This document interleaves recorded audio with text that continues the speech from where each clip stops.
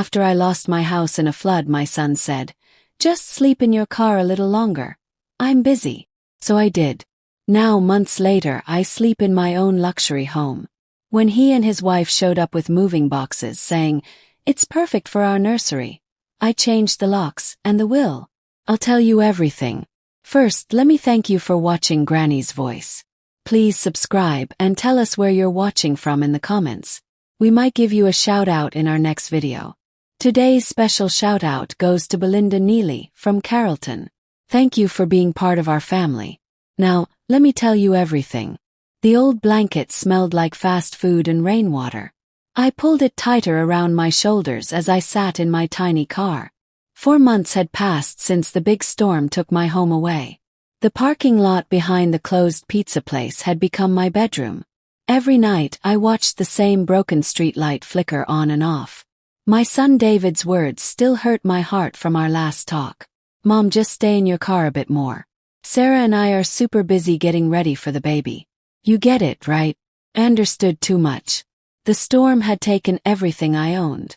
My cozy apartment on Cherry Street, my photo albums, my grandmother's teacups, 35 years of special things I had saved. Insurance gave me money for the building, but not for my memories inside. At 58 years old, I had nothing left but my small blue car and the clothes I grabbed before the water came in. David seemed nice at first. "Sure, Mom, you can sleep on our couch for a while. Just until you find a new place." But a while became too long, and too long became impossible when his wife Sarah started leaving me notes about the electric bill and how much food I ate. She would tape them to the bathroom mirror. The morning I packed my things back into my car, David was making breakfast for their 3-year-old son Tommy. He barely looked at me when I told him I would be staying somewhere else. "That's probably better," he said, putting jam on Tommy's toast. "Sarah has been upset about the baby coming, and you know how she gets when she's worried." I knew exactly how Sarah acted when she was worried. She got mean. She got bossy. She made me feel like I was bothering everyone in what used to be my temporary home. Now I lay in my back seat with my winter coat as my blanket, thinking about my own mother. Did she feel this way when she got old? Like nobody wanted her around. Like love was too hard for people. My phone made a noise against my chest. A message from David. "Hope things are good. Sarah and I found a bigger apartment. Baby number 2 is coming this summer." I looked at the words until the screen went black. Then I put my phone away without writing back. He hoped things were good. He hoped things were good while I slept in a car in winter while he celebrated new apartments and growing families. The next morning I drove to the public library like I did every day. I parked in the same spot by the side door. The librarian, a sweet lady named Maria Santos, stopped asking questions about why I came every day.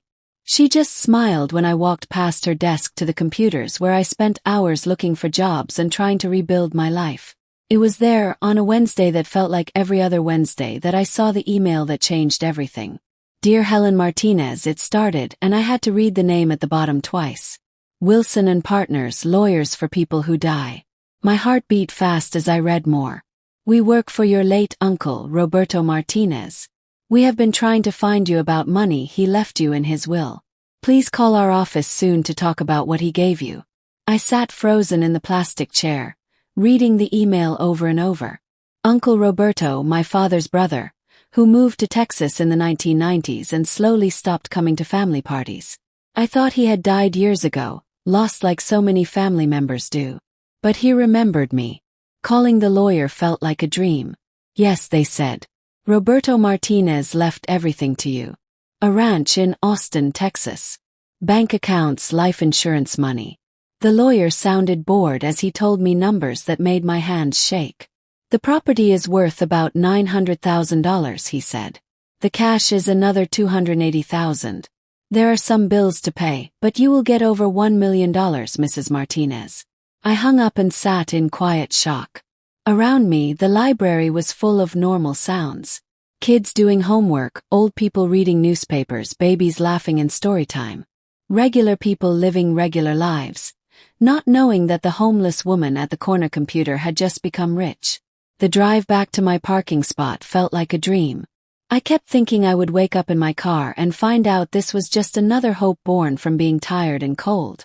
But the lawyer's card was real in my pocket, and his email was real on my phone. I thought about calling David right away, sharing the news, seeing his face change from distant politeness to excited happiness. But something stopped me. Maybe it was remembering Sarah's notes about money. Maybe it was how easily he had dismissed my homelessness as just a small problem. Or maybe it was the angry feeling that had been growing in my chest for months, getting bigger every night I slept in a car while my son slept in his warm bed. Instead, I drove to a motel. A real bed for the first time in months. I paid cash for 2 nights and took the longest, hottest shower of my life. In the mirror, I saw a woman I barely knew. Thinner than I had been in years, with sunken cheeks and eyes that expected bad things to happen. But something else was there too. Something I had not seen in months. Spark of hope. A hint of the woman I used to be.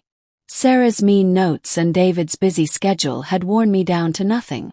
I spent the evening on the motel's internet looking at Texas ranch pictures, seeing photos of the place that was now mine. A beautiful ranch house with a big porch and fruit trees in the yard. It needed some work, the pictures showed, but it was gorgeous. It was home. My phone buzzed. Another text from David. Haven't heard from you in a few days. Everything okay? I typed and deleted many responses. Part of me wanted to share the news, to let him know his mother was not as helpless as he thought. But a bigger part wanted to wait, to see what else might happen in the coming days. I'm fine, I finally typed back. Just figuring some things out. The next morning I made plans to fly to Texas. The lawyer would meet me at the ranch, help me understand everything Uncle Roberto had left behind. I bought a plane ticket with money I had been saving for a security deposit on an apartment. Money I had been guarding like treasure. As I packed my few things, everything I owned still fit in one suitcase. I thought about the woman I had been 4 months ago. The woman who lost everything to floodwater and accepted her son's reluctant help because she thought she had no choice. That woman was gone. In her place was someone stronger. Someone who had learned that love could have conditions and family could be temporary. Someone who discovered that the people who said they cared about you most could also be the ones most ready to abandon you when caring became hard. I left the motel key on the desk and walked out into the cold morning. My car started right away, like it knew we were finally going somewhere better. But I did not drive to the airport immediately. Instead, I drove past David's apartment building. A nice place in a good neighborhood with Sarah's red car in the parking lot and Tommy's bike by the front door. The place where I had been tolerated for 5 weeks before being gently, politely pushed out. I sat in my car across the street, engine running, watching the windows for signs of life. Part of me wanted to knock on the door to tell David about the money, to see if wealth might bring back the son who used to call me every weekend just to talk. But I had learned something in these months of sleeping in parking lots and spending days in libraries.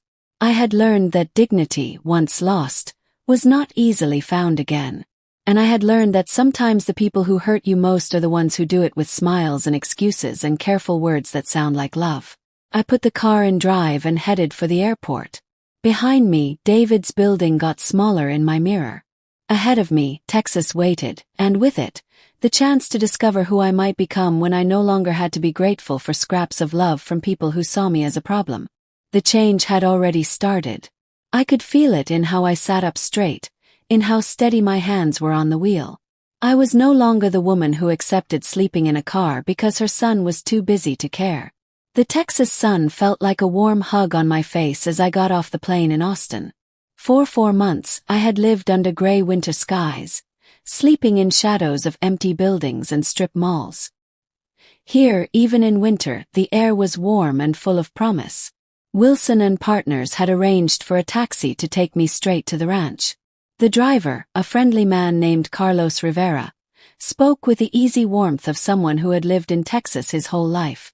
"First time in Texas?" he asked, driving through the city with practice skill. "First time in 30 years, I replied, watching tall buildings give way to open fields like pages in a picture book. "What brings you back?" "An inheritance from an uncle I barely knew." Carlos's eyes found mine in the mirror. Funny how family works sometimes. The ones you think you can count on let you down. And the ones you forget about save your life. I thought about David's text messages. Happy updates about apartment hunting and baby planning sent to a woman sleeping in a car. Yes, I said quietly. Funny how that works. The ranch on Bluebonnet Road was even better than the pictures. A 1950s ranch house with original wood floors and big windows. It sat on 10 acres surrounded by old oak trees. The front porch wrapped around the entire house, and despite needing paint and some repairs, it had the strong bones of a home built to last forever. Lawyer James Wilson met me at the front gate, a thin man in a fancy suit who looked surprised when I got out of the taxi instead of an expensive car. Mrs. Martinez, I was expecting, well, someone different. I looked down at my worn jeans and thrift store shirt, the nicest clothes I owned. Different how?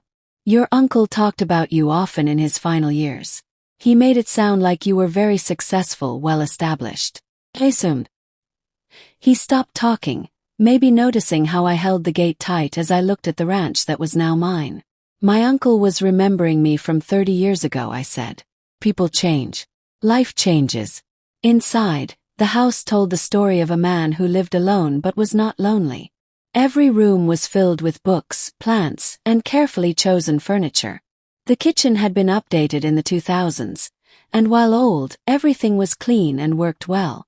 Uncle Roberto had left behind not just a house, but a complete life.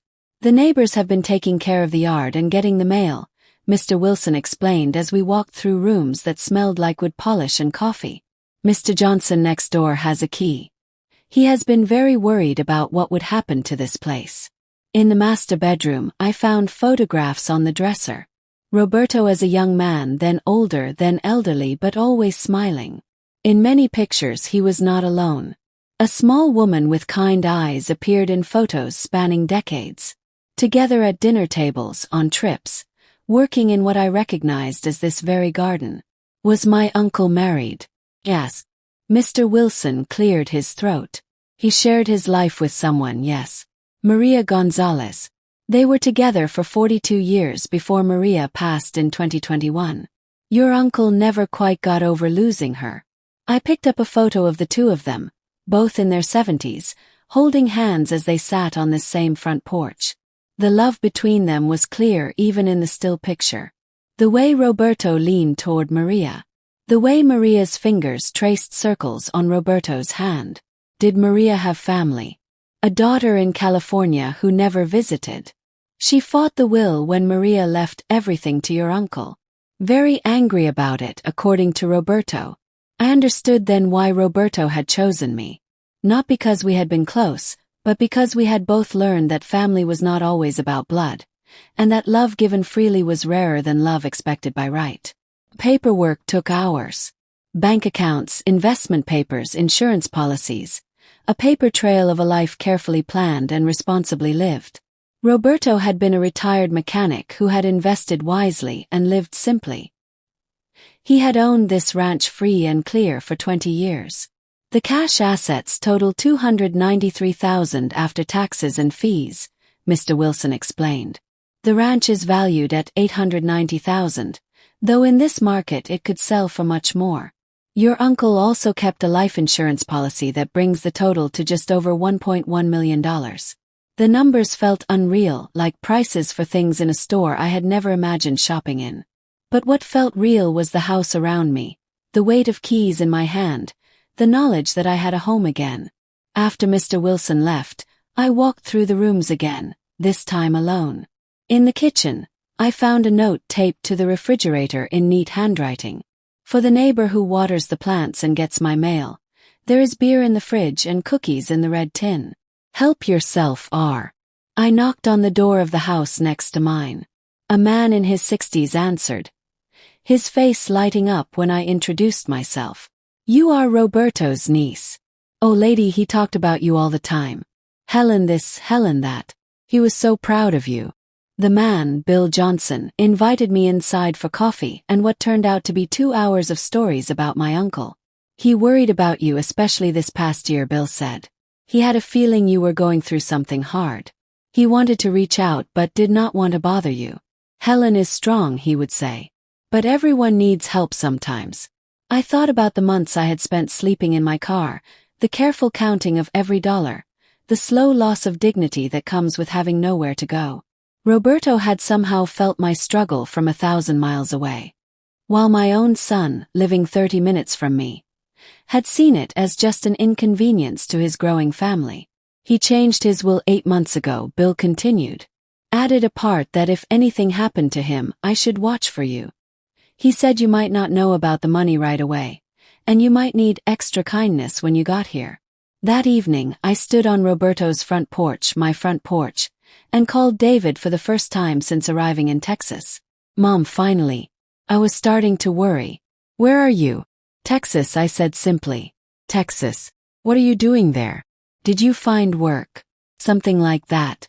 I watched the sunset paint the sky in shades of red and orange that I had forgotten existed. I got an inheritance. Ranch. Silence. Then what do you mean got an inheritance? My uncle Roberto died. He left me his ranch and some money. Uncle Roberto. I thought he died years ago. How much money? There it was. Not I am so sorry he died or how wonderful that you have a home again. Just how much money? Enough, I said. Well, that is great news. Sarah and I were just talking about how we could help you get back on your feet. This fixes everything. When are you coming home? Home. As if the car I had been sleeping in for 4 months was home. As if the parking lot behind a closed pizza place was where I belonged. I am not sure I am coming home, David. Another pause. What do you mean?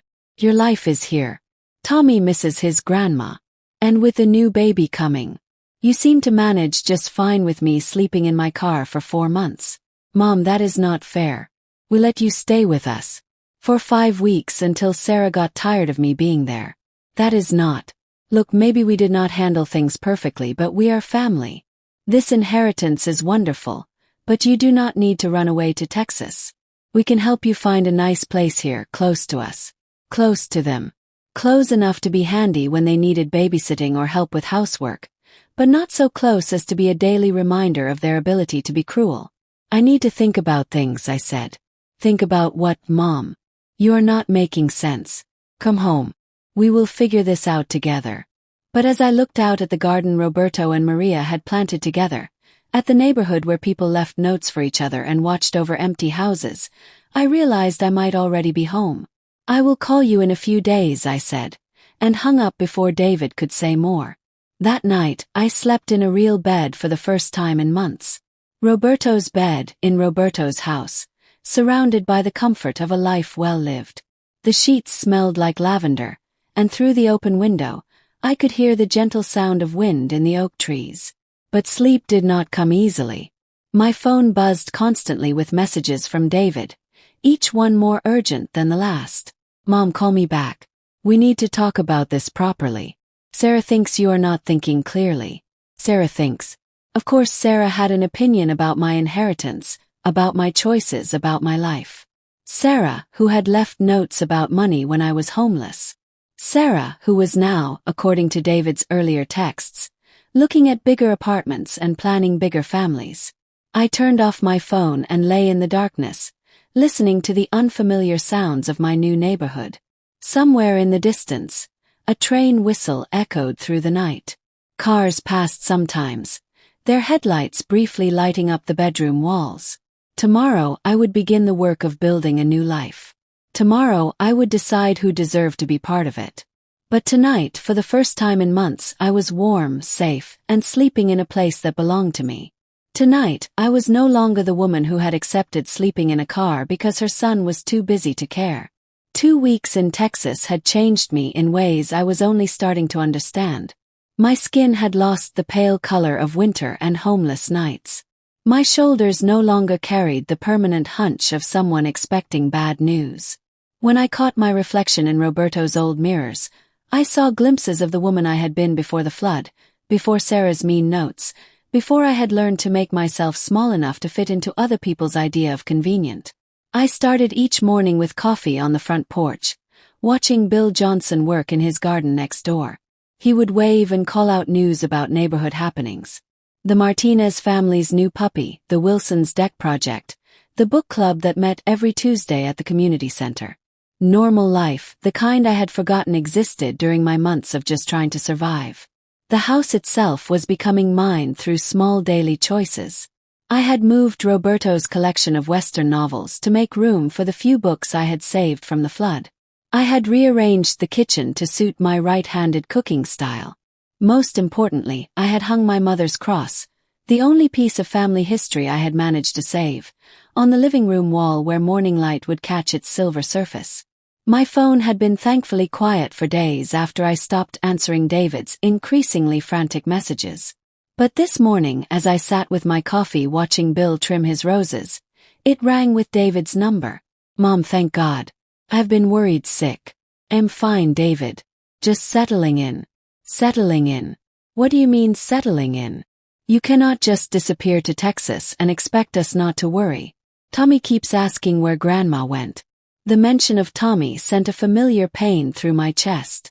My grandson's sweet face. His joy in simple games and bedtime stories. But even that love had been filtered through David's convenience, visits planned around his work schedule, time together watched for signs that I might be staying too long or expecting too much. How is Tommy? Yes. He is fine, but that is not the point. The point is you running away instead of dealing with reality. Sarah and I have been talking and we think you should come home right now. This whole Texas thing is just you avoiding problems. Sarah and I have been talking. As if Sarah's opinion about my life mattered. As if the woman who had made me feel unwelcome in my own son's home had any right to judge my choices. What reality am I avoiding exactly? You cannot just play house in some dead man's home and pretend your real life does not exist. You have duties here. Family here. I had no family when I was sleeping in my car. Oh, do not be so dramatic. That was temporary. We were figuring things out. For 4 months, David. I was homeless for 4 months while you figured things out. And now you are not. Problem solved. So sell the ranch, take the money, and come home where you belong. Where I belong. In David's world, I belonged wherever was most convenient for him. Close enough to provide free babysitting and holiday help. Far enough away not to interfere with his real life. I like it here, I said simply. You do not even know anyone there. I am getting to know people. The neighbors are wonderful. Neighbors are not family, Mom. No, I said, thinking of Bill's daily waves, of the woman at the grocery store who had spent 20 minutes helping me find the right spices, of the book club members who had already invited me to join them. Sometimes they are better. The silence stretched long enough that I wondered if the call had ended. Finally, David spoke, his voice tight with anger. Fine. You want to have your little adventure, go ahead. But do not expect us to keep your life on hold forever. Sarah got promoted at work, remember? We are looking at apartments. Real apartments, not some old man's leftover life. Congratulations on Sarah's promotion, I said, meaning it less than he probably thought. We are actually flying out there next weekend. My coffee cup stopped halfway to my lips. What? We found cheap tickets. Sarah has some vacation days to use before the end of the year. We thought we would come see this famous ranch. Help you get your head on straight. Maybe look at the property values while we are there. Help me get my head on straight. As if moving from homelessness to home ownership represented confused thinking rather than incredible good luck. I do not think that is a good idea, David. Why not?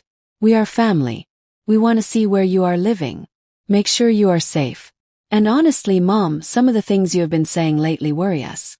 This whole cutting off contact thing is not like you. It was not like the old me. He was right about that. The old me would have been grateful for any attention, any sign that I mattered enough to worry about.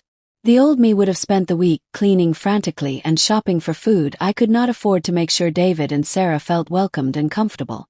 But the old me had slept in a car for 4 months while her son planned apartment upgrades. When are you arriving? Yes. Saturday afternoon. We will get a hotel near you. Somewhere nice. Sarah found this great place that is not too expensive with her work discount. Of course they would stay in a hotel. Not because my ranch was not big enough. Roberto's guest room was lovely. But because staying with me would require admitting that this was actually my home, not just a temporary confusion they needed to cure me of. They needed to keep their distance to maintain control. "I will pick you up at the airport," I heard myself say. "Perfect. Oh, Mom, you will see. Once you spend some time with us, remember what you are missing. You will realize this whole Texas thing is just grief talking. Grief makes people do strange things." After I hung up, I sat on the porch for a long time, watching Bill work in his garden. Eventually, he noticed my stillness and came over to the low fence that separated our yards. "Everything all right, Helen? You look like you have seen a ghost. My son is coming to visit." Bill's face brightened. "How wonderful. You must be excited." "Should be. But you are not."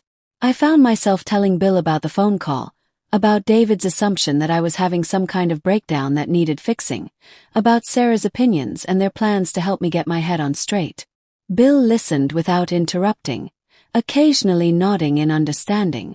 When I finished, he was quiet for a moment, pruning shears still in his hands. "You know," he said finally, "Roberto went through something similar when he first moved here. His brother, your father I suppose, came to visit about 8 months after Roberto and Maria bought this ranch. Came with his wife and a whole lot of opinions about Roberto's life choices. I had never heard this story. What happened? Oh, they had quite the visit. Lots of suggestions about how Roberto should live, who he should be. They stayed 4 days and spent most of it trying to convince him to move back to California, find a nice job, live a normal life." Bill snipped a dead flower with more force than necessary. "Roberto told me afterward that he learned something important that week." "What?" "That love does not try to change you back into who you used to be. Real love celebrates who you are becoming." That afternoon, I drove to a hardware store in a neighboring town, one where nobody knew me yet. I bought new locks for the front and back doors. Good ones, the kind that could not be easily broken. The friendly woman behind the counter, Susan Martinez, helped me choose the right tools and gave me step-by-step instructions. "Changing locks is one of the most empowering things a woman can do," she said as she rang up my purchase. "Makes a house truly yours." I spent the evening installing the new locks, working slowly and carefully with Roberto's toolbox and Susan's instructions. It was satisfying work, requiring focus and precision that left no room for worry about the coming weekend. When I finished, I stood in the entryway, turning my new keys in their new locks, listening to the solid sound of metal clicking into place. Saturday morning, I woke early and spent extra time getting ready. I chose my outfit carefully, a green dress I had bought the week before. The first new clothing I had purchased in months. It fit well and made me look successful, settled, like a woman who belonged in her own home. The airport was chaos. Holiday travelers and delayed flights creating an atmosphere of barely controlled stress. I found David and Sarah at baggage claim, both looking tired and annoyed from their journey. David hugged me briefly, then stepped back to study my face with the kind of look usually saved for suspicious packages. "You look different," he said. "I look rested." Sarah gave me a quick hug and immediately began complaining about the flight, the airport, the Texas heat she had heard terrible stories about. I listened politely as I led them to my car. Not the old blue one, but a reliable used Toyota I had bought the week before. "Nice car," Sarah said with surprise. "The inheritance must have been bigger than you told David." It was a casual comment, but it revealed everything. They were not here out of concern for my well-being. They were here to assess my wealth, to understand exactly what I had inherited and how it might benefit them. "Big enough," I said, echoing my previous non-answer to David. During the drive to their hotel, Sarah kept up a steady stream of talk about their apartment hunt, her promotion, their expanding family plans. It was clear they had practiced this presentation, designed to remind me of everything I was missing by staying in Texas. "We found this incredible apartment," Sarah said. 3 bedrooms, perfect for our growing family. The only problem is it is a bit expensive, even with my raise. We are thinking about asking family for help with a security deposit." There it was. The real reason for their visit, delivered with the practiced casualness of people who had learned to wrap requests for money in concern about family obligations. I pulled into the hotel parking lot and helped them with their luggage, agreeing to pick them up for dinner in 3 hours. As I drove away, I caught a glimpse of them in my rear-view mirror, standing close together on the sidewalk, clearly discussing strategy for the evening ahead. But I had strategies of my own now. I was no longer the desperate woman who had been grateful for 5 weeks of reluctant shelter. I was someone with a home, with choices, with the power to say no. Dinner at Austin's fanciest restaurant had been Sarah's suggestion, a place expensive enough to show that they were not struggling financially, just strategically seeking help with their investment in a dream home. Sarah had worn her newest dress, and David had spent the first 30 minutes discussing her promotion in terms that suggested she was practically running the company now. I had listened politely, making appropriate sounds of congratulation while watching them perform their careful dance of success. They were good at it, I had to admit. The perfect young couple with expanding dreams that just needed a little family support to become reality. The apartment we are looking at is really an investment, Sarah explained as she cut her chicken with surgical precision. Property values in that area have increased 25% in the last 3 years. With a new baby coming, we need the space, but we are also thinking long-term, building wealth for the family. Sounds wonderful, I said. David leaned forward, his eyes bright with enthusiasm. I wish you could see it, Mom. It has this amazing kitchen with granite counters, and the master bedroom has a walk-in closet that would be perfect for all the baby stuff. The living room is huge. Tommy would have so much room to play. And there is a den off the kitchen, Sarah added casually. Perfect for when family visits. You could stay as long as you wanted when you come to visit. Family visits. A polite way of saying I could be a guest in their home when they needed something, but never truly welcome to stay. The carrot to go with the stick they had been using since my arrival in Texas. How much help are you looking for? Asked directly. They exchanged a glance so quick I might have missed it 4 months ago, but homelessness had taught me to read the subtle communications between people who saw me as a problem to be managed. Well, David said carefully, we were hoping for maybe $40,000, $50,000 at the most. Just for the security deposit and first month. We would pay you back, of course, once Sarah's next promotion comes through. $50,000. More than I had ever had in my bank account in my entire life before Roberto's inheritance. Money they had calculated I could afford because they had done the math on my new circumstances without ever asking about my plans for the future. That is a lot of money, I said. But you have it, Sarah said. Her tone suggesting this made the decision obvious. And it is family. This is what family does for each other. Family. The word they had weaponized since my arrival in Texas, using it to justify their assumption that my inheritance should solve their problems. Tell me about Tommy, I said, changing the subject. How is he adjusting to the idea of being a big brother? David's face softened immediately. Oh, he is so excited. He keeps hugging Sarah's belly and talking to the baby. Yesterday he told me he wants to teach the baby how to ride his bike. For a moment, I saw my son as he had been when Tommy was born. Tired but glowing, so proud of his perfect baby boy. Before Sarah's promotion became his primary concern, before apartment hunting consumed his weekends, before my homelessness became an inconvenience to be managed. I miss him, I said quietly. Then come home, David said immediately. That is what we have been trying to tell you. Tommy needs his grandma. This new baby will need you too. You are running away from the people who love you most. Am I? Because when I was sleeping in my car, neither of you seemed to think Tommy needed his grandma very badly. Sarah's jaw tightened. That is not fair, Helen. We offered you our couch. For 5 weeks until I became inconvenient. You were not inconvenient. You were.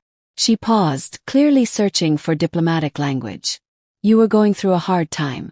Sometimes people in crisis need professional help. Not just family support. Professional help. As if my homelessness had been a mental health crisis rather than the natural result of losing everything in a flood and having nowhere else to go. I was not having a breakdown, Sarah. I was having a housing crisis. And now you are not, David said brightly. So let's move forward. You have this amazing inheritance. We have this incredible opportunity with the apartment. And Tommy has grandparents who want to be part of his life. It all works out perfectly. I excused myself to the restroom, needing a moment away from their carefully planned presentation. In the mirror, I looked at the woman I had become. No longer hollow-cheeked and desperate, but not yet entirely sure of her own power. I thought about Roberto and Maria, who had built a life together based on mutual respect and genuine love. I thought about Bill, who had chosen to befriend a stranger simply because kindness was his nature. And I thought about the new locks on my doors, the keys that belonged only to me. When I returned to the table, Sarah was showing David something on her phone. Photos of the apartment they wanted to rent, probably, or calculators that showed how my money would make their dreams possible. "I would like to see where you are living," David said as I sat down. "Tomorrow before we fly back. Course. Maybe we could stay the night," Sarah suggested. "Save on the hotel bill, get a real feel for the neighborhood." There it was.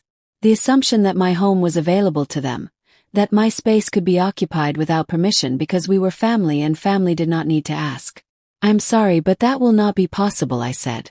"Why not?" David's eyebrows drew together in confusion. "Is the ranch not livable or something?" "The ranch is perfectly livable. I just prefer to keep my own space." "But we are your family," Sarah said, as if this explained everything. "Yes, you are. And you have a hotel room."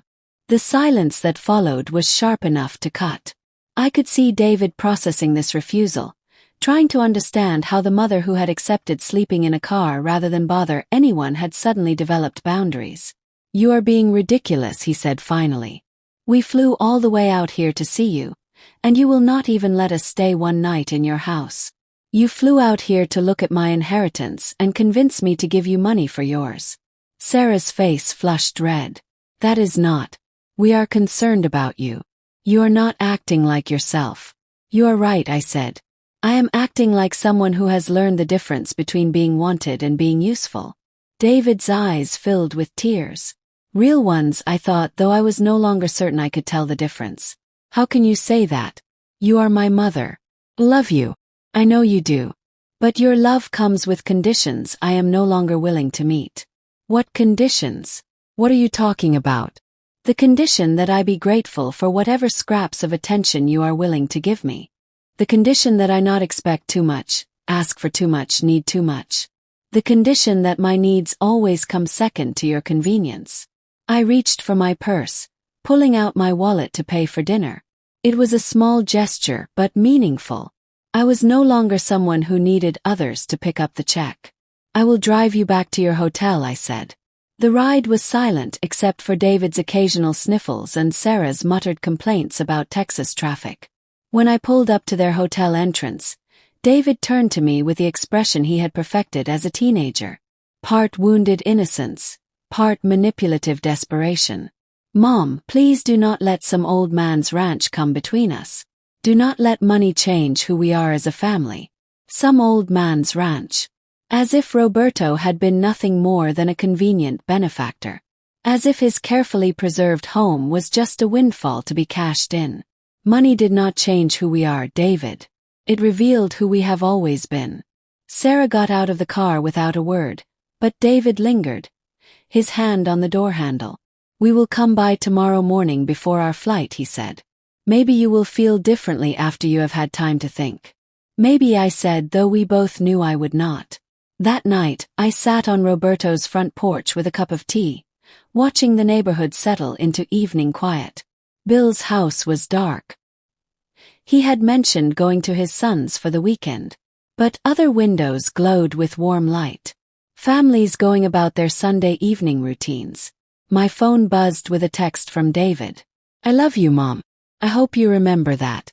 I typed and deleted a dozen responses before settling on, "I love you too. That is why this hurts so much." But I did not send it. Instead, I turned off my phone and went inside, locking my new locks behind me. Tomorrow would bring the final confrontation, the moment when I would have to choose between the family I had been born into and the life I was building for myself. For the first time since David's call announcing their visit, I felt ready for that choice.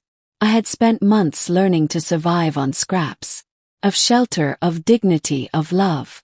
I had forgotten that I deserved better until Roberto's inheritance reminded me that some people understand the difference between charity and care, between obligation and genuine affection.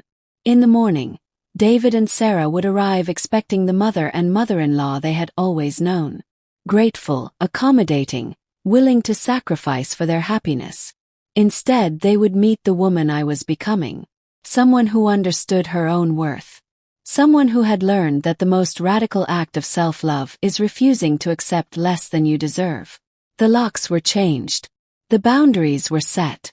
Tomorrow I would discover whether love could survive the loss of convenient exploitation. Or whether some relationships only work when one person holds all the power. I woke before dawn and made coffee in Roberto's kitchen, watching the sky lighten over the Texas hills. In a few hours, David and Sarah would arrive for what they undoubtedly expected to be a final negotiation. One last chance to convince the confused old woman to see reason and remember her family obligations. But I was not confused. For the first time in months, possibly years, I saw everything with perfect clarity. By 8 o'clock I was dressed and ready. I had chosen my clothes with the same care I had taken the day before. The blue dress that made me look competent and successful, paired with a silver bracelet Roberto had left in his jewelry box. When I looked in the mirror, I saw a woman who belonged in this house, who had earned her place in this life.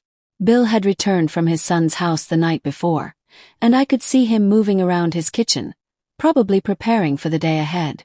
Part of me wanted to tell him what was coming, to have an ally nearby when the confrontation began. But this was something I needed to handle alone. At 9:15, a rental car pulled into my driveway. David and Sarah emerged looking tired and slightly hungover. Too much wine with dinner, as they had planned their strategy, perhaps. Sarah carried a folder, which struck me as both pathetic and telling. She had brought paperwork to a family visit, documents to support whatever argument they had rehearsed. I opened the door before they could knock, stepping onto the porch instead of inviting them inside. "Good morning," I said pleasantly. "How was your hotel?" "Fine," David said, his eyes scanning the house behind me as if looking for an opening to slip past my guard. "Can we come in? We do not have much time before our flight." "Actually, I think the porch is perfect for our conversation." Sarah's jaw tightened with irritation. "Helen, it is 38 degrees out here. It is 55 degrees and sunny. Quite pleasant for December." I settled into one of the wooden chairs Roberto had arranged for watching sunsets. After a moment's hesitation, David and Sarah took the remaining chairs, though both looked uncomfortable with this outdoor negotiation. "Mom," David began, his voice taking on the patient tone he had probably practiced. "We talked after dinner last night, and we want to apologize if we came on too strong about the apartment thing. We know you are still adjusting to your new situation." My new situation. As if inheriting a beautiful ranch and financial security was a medical condition that needed managing. "I am adjusting quite well, actually." "That is wonderful," Sarah said, opening her folder with unnecessary drama. "But we want to make sure you are thinking about the big picture. Long-term planning. You know, at your age, it is important to consider how to maximize your assets." My age. I was 58, not 88. But in Sarah's mind, I was apparently too elderly to make financial decisions without her guidance. "What kind of long-term planning did you have in mind?" Sarah pulled out a stack of papers. Printouts of real estate listings, rental calculations, investment projections. She had done her homework. I had to give her that. "Well, for starters, this ranch is way too big for one person. The upkeep costs alone must be eating into your inheritance. And Texas property taxes." She shook her head as if personally wounded by the state's tax structure. "You could sell this place, buy something smaller and more practical back home, and still have hundreds of thousands left over to help your family build wealth." "Help my family build wealth," I repeated slowly. "Exactly." David leaned forward eagerly. "It is about creating generational wealth. What is the point of having all this money if it just sits here while your family struggles with rent and daycare costs? Are you struggling, David?" He blinked, apparently not expecting the direct question. "Well, no, not struggling exactly. But with the baby coming and Sarah's career growth, we need to position ourselves for success. The apartment we want is not just about us. It is about creating the right environment for Tommy and the new baby. Good schools, safe neighborhood, room to grow. And you think I should subsidize this positioning? We think you should invest in your grandchildren's future, Sarah said smoothly. Instead of rattling around in some dead man's ranch playing make-believe about starting over at 58. The silence that followed her words was complete. Even the morning birds seemed to have stopped their singing.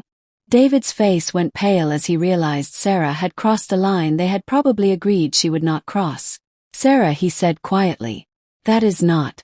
No, let her finish, I said, my voice steady despite the anger building in my chest. I am curious about this make-believe life I am apparently living.